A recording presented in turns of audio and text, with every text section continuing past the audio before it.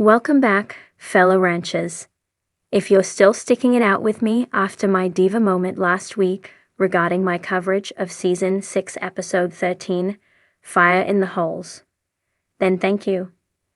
The season finale of Skinwalker Ranch was supposed to return to the usual format, but we're going to shake things up again. Skinwalker Ranch.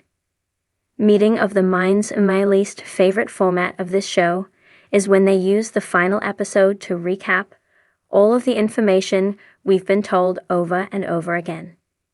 In my Fire in the Holes coverage, I talk about how this show has become nothing more than 15 to 20 minutes of new stuff, and then 15 to 20 minutes of rehashing the same things over and over again. These recap episodes are asinine.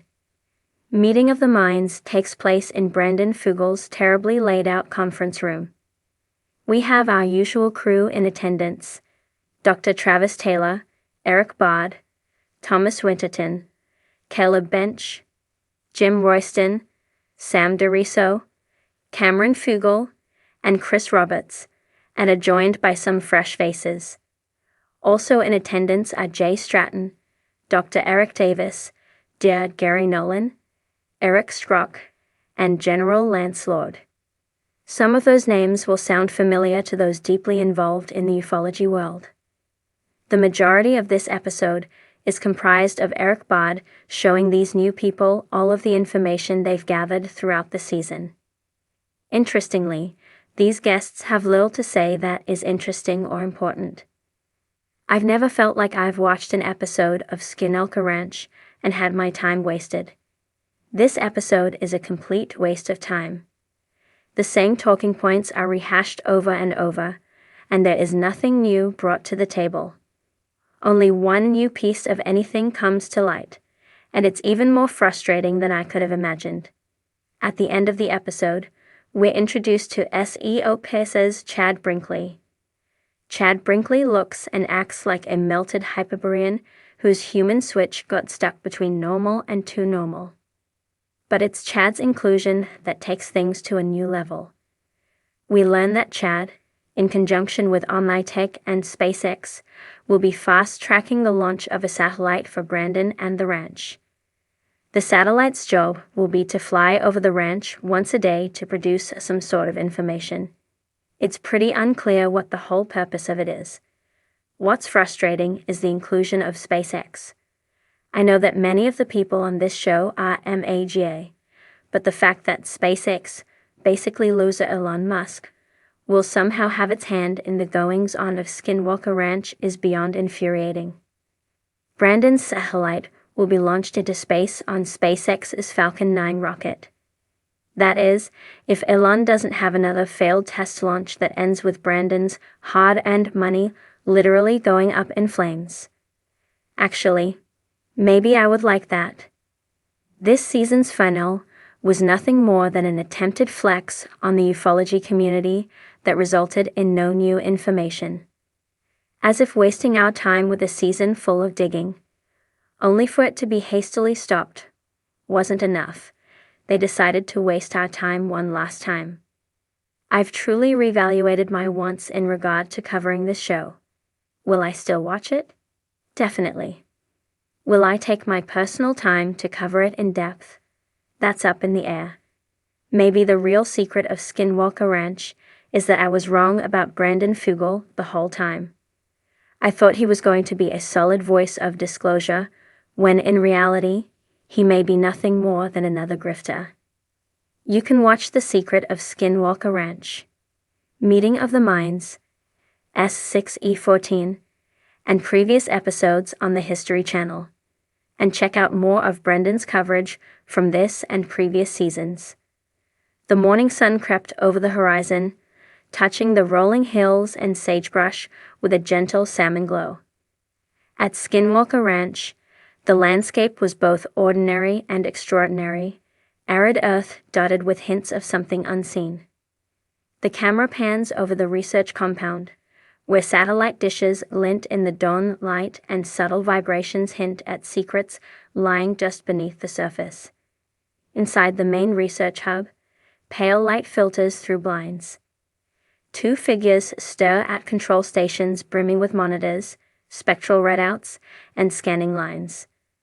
The first figure, compact and intense in posture, hovers over a screen showing electromagnetic fluctuations dancing in green and purple. The second, taller and leaner, adjusts dials on a device that hums quietly. Their shared focus is palpable, a vortex of curiosity, calculation, and quiet urgency tying them together. Outside, the desert wind shifts.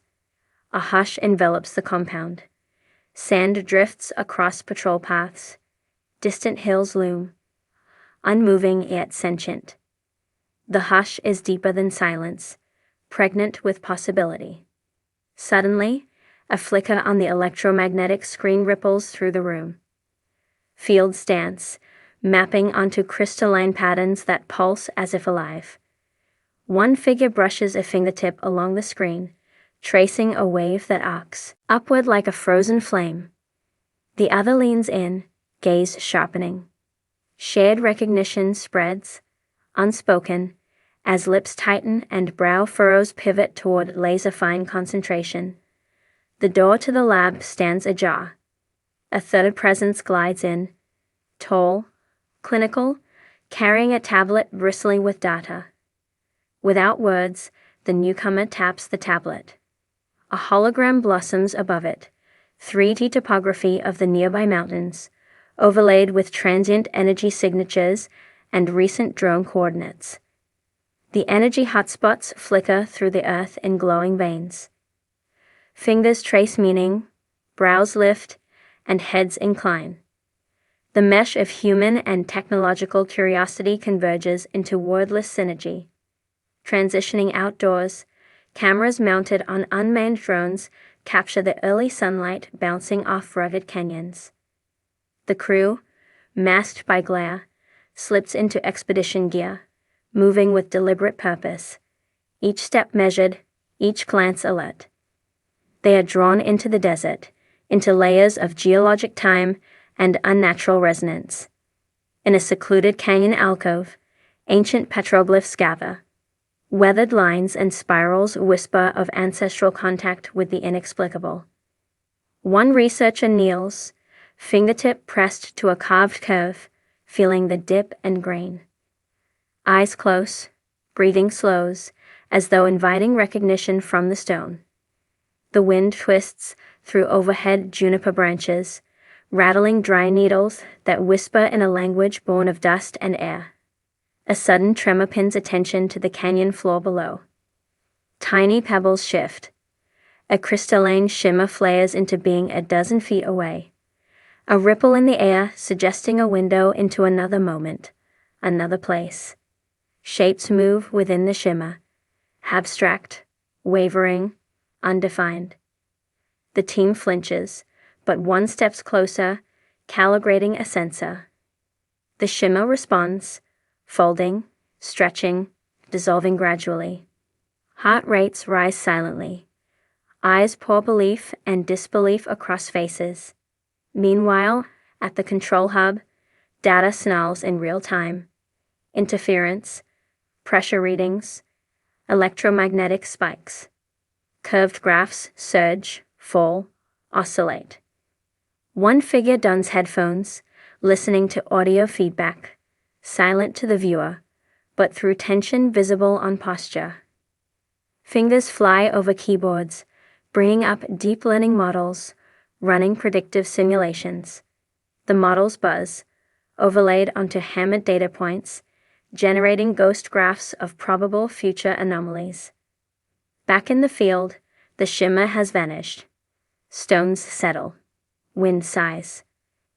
One researcher lifts a recorder, capturing the hush, the imperceptible frequencies, the low hum deep in the rock.